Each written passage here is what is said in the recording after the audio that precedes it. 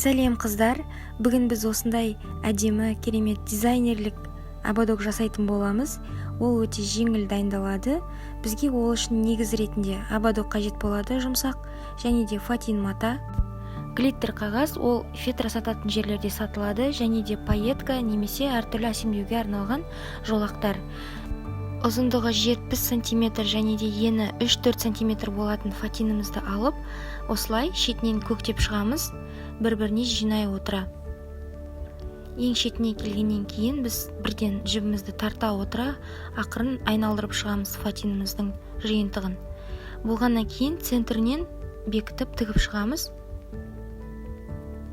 және де оны ободогымыздың негізіне тігеміз.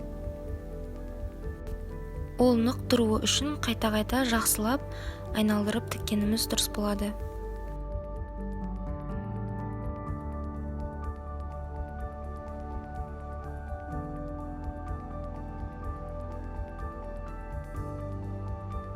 Әрі қарай тәж жасауымыз үшін бізге глиттер қағазды алып, осылай айналдыра отыра шамамен тәжіміздің өлшемін қарап аламыз.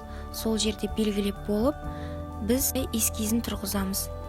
Мен осы тұста эскизін 3 түрлі нұсқамен сызып көрген болатынмын. Мынау екінші нұсқасы. Екеуі де көңілімнен шыға қоймағандықтан үшінші нұсқасын алдым. 5 түрлі нүктені белгілеп алып, 5 бірдей үшбұрышты сызып, осылай қиып шықтым. Және де оның биіктігі де қатты биік болғасын қысқартып тастадым. Осылай әрбір үшбұрыштың ортасынан желім жаға отыра бір-біріне ақырын желімдеп шықтым. Бұл бізге тәжіміз өте әдемі, ерекше көріну үшін қажет болады. Әрбір үшбұрышымыздың ортасына желімді жағамызда бір-біріне кішкене бүктейміз. Солай жабыстырып шығарамыз. Болғаннан кейін екі шетін ақырын кіре отыра желімдеп жабыстырамыз. Тәждің ішкі бөліктерінде жылтырақ қағаздармен әсемдеуді жөн көрдім. Ол үшін сол глиттер қағазымыздан үшбұрышты формаларды кесіп алып, осылай әрбір бөлігіне желімдедім. Сол жерде жобамен қиып алып, қалған артық бөліктерін қиып тастап әдемілеп отырдым. Болғаннан кейін осы үшбұрыштыларымызды бөліктерін бір-біріне тығыз орналасу үшін осылай әр жерінен желімдеп шықтым. Енді біз түбін кесіп алуымыз керек болады тәждің. Осылай желімдеп аламын да түбін бірден жабыстырып қағазыма қиып шықтым. Мінекей осындай болды. Енді бізге жаңғы бөліктерін әдемілеу керек болады. Ол үшін осылай пайетканы қиып аламын, жолақтарын. Әрбір өсін көрініп тұрған жерлеріне жолақтарды жабыстырып шығамын. Барлық шеттеріне.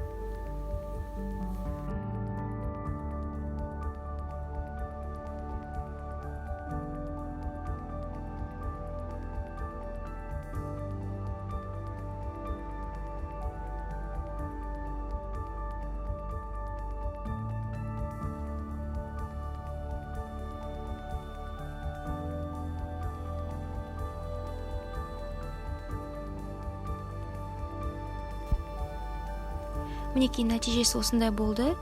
Ішкі бөлігі кішкене көрініп тұрғандықтан мен осылай түбіне де глиттер қағазын салып жібердім. Тәжімізге әрі қарай ерекше сән беру үшін осылай моншақты аламыз да әрбір үшбұрыштың ұшына моншақтарды тігіп шығамыз бекітіп. Және де мен қосымша тіккеннен кейін желімдеп те отырдым білдіртпей.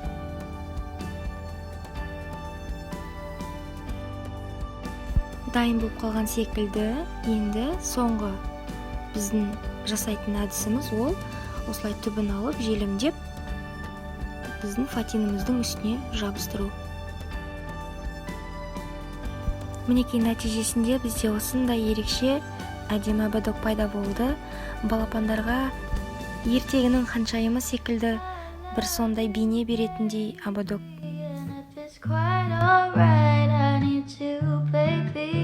To warm these lonely